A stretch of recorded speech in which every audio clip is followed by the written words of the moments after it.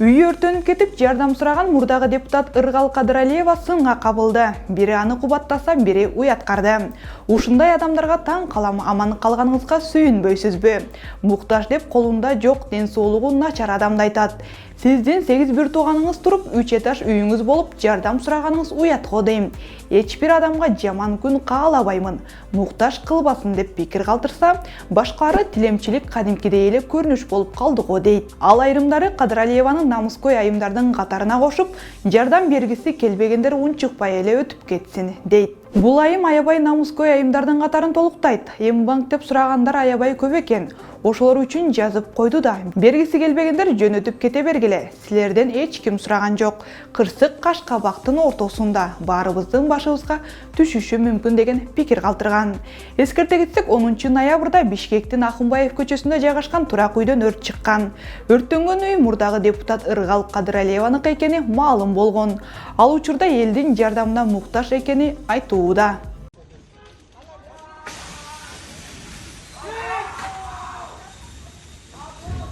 Тойдо эт тартылбаса таарынбай кетесизби? Шоумен Урмат Борченов социалдык тармактагы баракчасына тойдогу 5 бармакты жой бойлубу деген сунуш менен видео киргизди.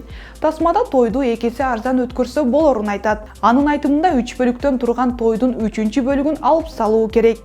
Кызыгы, бул сунуш интернет колдонуучуларынын басымдуу бөлүгү тарабынан колдоого алынууда. Азаматсың, бул сунушуңуз колдоо көрүп калса, кыргыз эли бат эле, бутка туруп кеткидей. Үйлөнбөй жүргөн бойдоктор бактылуу болуп, үй бүлө куруу көп болмок десе, дагы бири эң туура улуумун такыр эле түшүнбөй койду. Эл эмне дейт деген пикир менен жашап жатып, аз айтса сонун эле болот деп оюн калтырган. Мындан тышкары, коомчулук тарабынан тамадалардын дагы кызмат акысын төмөндөтсө жакшы болмок эле дегендер дагы четтен чыгууда. Эң туура сунуш заманга жараша өзгөрүү керек.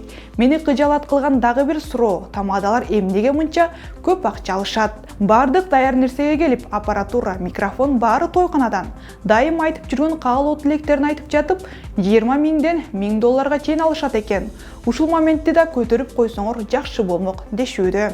Буга чейин ишкер Аскар Салымбеков тойдогу тоодой чыгымдарды токтотуп, орчундууларын гана орду менен жасап, ойкели чачылмайды оозуктайлы деп социалдык тармактагы баракчасына пикир калтырып, үйлөнүү тойдун форматын өзгөртүү керектигин айткан эле. Тойдун форматын жогорудагыдай өзгөртүүгө макулсузбу? Пикир калтыра кетиңиз. Эфирде эмне кеп берүүсү болду? Кийинки берүүдө көрүшкөнгө чейин.